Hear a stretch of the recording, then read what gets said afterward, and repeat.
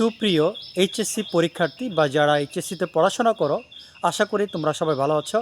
আজকে তোমাদের জন্য কানেক্টরস বা লিঙ্কিং ওয়ার্ড নিয়ে একটি গুরুত্বপূর্ণ ভিডিও করতে যাচ্ছি। সঙ্গে আছে আমি প্রভাষক Ratan Ahmed. Linking word HSC লেভেলে খুবই একটা হার্ড এবং একটা ডিফিকাল্ট টপিকস, অনেকে এটা বুঝে না। আমি আমার টিচিং প্রফেশনে দেখেছি যে অনেকেই বিভিন্ন গ্রামারে ভালো করলেও লিঙ্কিং ওয়ার্ডে আটকা পড়ে যায়, দেখা যায় একটা কনফিউজডের মধ্যে চলে আসে। দেখা যায় এখানে সে গেস করছে, অনুমান করছে এই ওয়ার্ডটি বসবে, কিন্তু দেখা গেল আসলে এই ওয়ার্ডটি বসলো না, অন্য একটি ওয়ার্ড বসলো। তো লিঙ্কিং ওয়ার্ডের ক্ষেত্রে আমি প্রথমে যে কথাটা তোমাদেরকে বলবো, তোমরা যারা লিঙ্কিং ওয়ার্ড শিখতে চাও, তোমরা যারা লিঙ্কিং ওয়ার্ড জানতে চাও বা কানেক্টরস জানতে চাও, তাদের জন্য সর্বপ্রথম পরামর্শ হচ্ছে তোমরা কানেক্টরসগুলো কী কী, একটা পসিবল যে কানেক্টরসগুলো আছে যেগুলো তোমার খুব ইম্পর্ট্যান্ট কানেক্টরস, যেই কানেক্টরসগুলো তোমার জানা দরকার, তার একটা শিট দরকার, তার একটা লেকচার শিট দরকার, যে এইগুলো হচ্ছে কানেক্টরস। অনেকে আমাকে কোশ্চেন করে থাকে, স্যার কানেক্টরস কোনটা, কানেক্টরস কী, কোনগুলো কানেক্টরস? আসলে সব প্রশ্নের জবাব কিন্তু 1 মিনিটে দেওয়া যায় না। কানেক্টরস হচ্ছে ইংলিশ ল্যাঙ্গুয়েজে পার্টস অফ স্পিচ যে আছে, পার্টস অফ স্পিচ এর কয়েকটি অংশকে আমরা কানেক্টরসের মধ্যে নিয়ে এসেছি, যেমন conjunction, and, but, or, not only but also. এরূপ অনেক কনজাংশন আছে। প্রতিটি কনজাংশনকে তুমি কানেক্টরস হিসেবে ব্যবহার করতে পারবে। তারপর রিলেটিভ প্রোনাউন আছে, who is that, what, when, how. কিছু কিছু প্রোনাউন আছে যেগুলোকে আমরা কানেক্টরস হিসেবে ব্যবহার করে থাকি। তারপরে আছে তোমার অ্যাডভার্ব।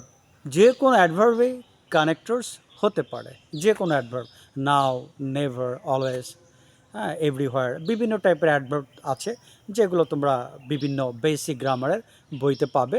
তো আমি তোমাদের যে অ্যাডভাইসটা দিব, সেই অ্যাডভাইসটা হচ্ছে তোমরা কিছু কিছু কনজাংশন, কিছু তোমার অ্যাডভার্ব, কিছু রিলেটিভ প্রোনাউন, এগুলো তোমরা ভালো করে পড়ে নিবে।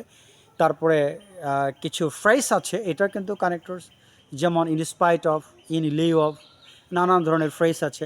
এই ফ্রেজগুলোকে কিন্তু আমরা কানেক্টরস হিসেবে ব্যবহার করে থাকি। ইন অর্ডার টু আছে, উইথ আ ভিউ টু আছে, এরকম বেশ কিছু কমন ফ্রেজ আছে যেগুলোকে আমরা কানেক্টরস হিসেবে ব্যবহার করে থাকি।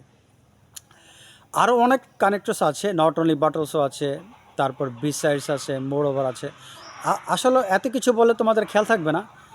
তোমরা একটা কাজ করবে, তোমরা যারা কানেক্টরসের শিট চাও, যাদের কানেক্টরস প্রয়োজন, তোমরা আমাকে হোয়াটসঅ্যাপে আমাকে একটু মেসেজ করবে। আমার হোয়াটসঅ্যাপ নাম্বারটা আমি তোমাদের দিয়ে দিচ্ছি, 018175454183।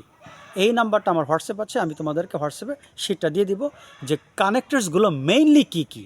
ওই শিটটা পড়ার পরে দেন তোমরা বুঝতে পারবে যে এইগুলো কানেক্টরস এবং কোথায় কোনটা কখন ব্যবহার করা হয় ইত্যাদি। কিছু কিছু কানেক্টরস আছে যেগুলো একাধিক জায়গায় ব্যবহার করা যায়। আবার ধরো তোমার কিছু কিছু কানেক্টরস আছে যেগুলো সেম মিনিং। যেমন ধরো এ নাম্বার উত্তরটা তুমি দিলে কি, সো, তো সো যা, দেয়ার ফরও তাই, হ্যান্সও তাই, এগুলো একই জিনিস। তার মানে সো দিলে হবে, হ্যান্স দিলে হবে, দেয়ার ফরও দিলে হবে। আবার কিছু কিছু জায়গা আছে কেউ কেউ ব্যবহার করে বিসাইডস, আবার ওখানে বিসাইডসের জায়গায় মোর ওভার দিলেও হবে, অলসো দিলেও হবে। এরকম মানে সিমিলার কানেক্টরস আছে যেগুলো একই জায়গায় ব্যবহার করা যেতে পারে, এতে কোনো সমস্যা নেই। কানেক্টরসটা আসলে মেইনলি ডিপেন্ড করে টোটাল টপিক্সটা পড়ে বোঝার উপরে, যে আসলে আমার কখন কোনটা হবে এটা একটু বুঝে। আসলে এটা একটা কনটেক্সচুয়াল বিষয়, এটা টেক্সটটা ভালো করে, প্যাসেজটা ভালো করে পড়তে হয়। প্যাসেজটা তোমার কাছে মেইনলি কী চাচ্ছে এটাকে ভালো করে বুঝতে হবে, দেন তুমি ওখানে অ্যাপ্রোপ্রিয়েট কানেক্টরসটা তুমি ব্যবহার করবে।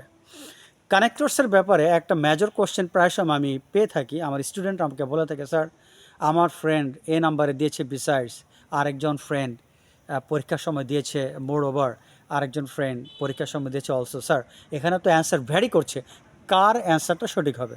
আমি তোমাদের ছোট্ট করে একটা কথা বলি, যদি তোমাদের অ্যান্সারগুলো সঠিক হয় আমাদের দৃষ্টিকোণ থেকে, আমরা যারা এক্সামিনার, তখন প্রতিটা অ্যান্সার রাইট হবে। এখন বলতে পারো যে স্যার একই দেখা যায় বি নাম্বারে অ্যান্সার 4টা 5টা হয়েছে, হতেই পারে। তোমরা হয়তো জানো যে বোর্ডে যেই দিন ইংরেজি পরীক্ষাটা হয়, মনে করো আজকে ইংরেজি সেকেন্ড পার্ট পরীক্ষা হলো, তার 2 একদিন পরেই 20 থেকে 25 জন হেড এক্সামিনার কিন্তু বোর্ডে যান, মডেল অ্যান্সার করার জন্য।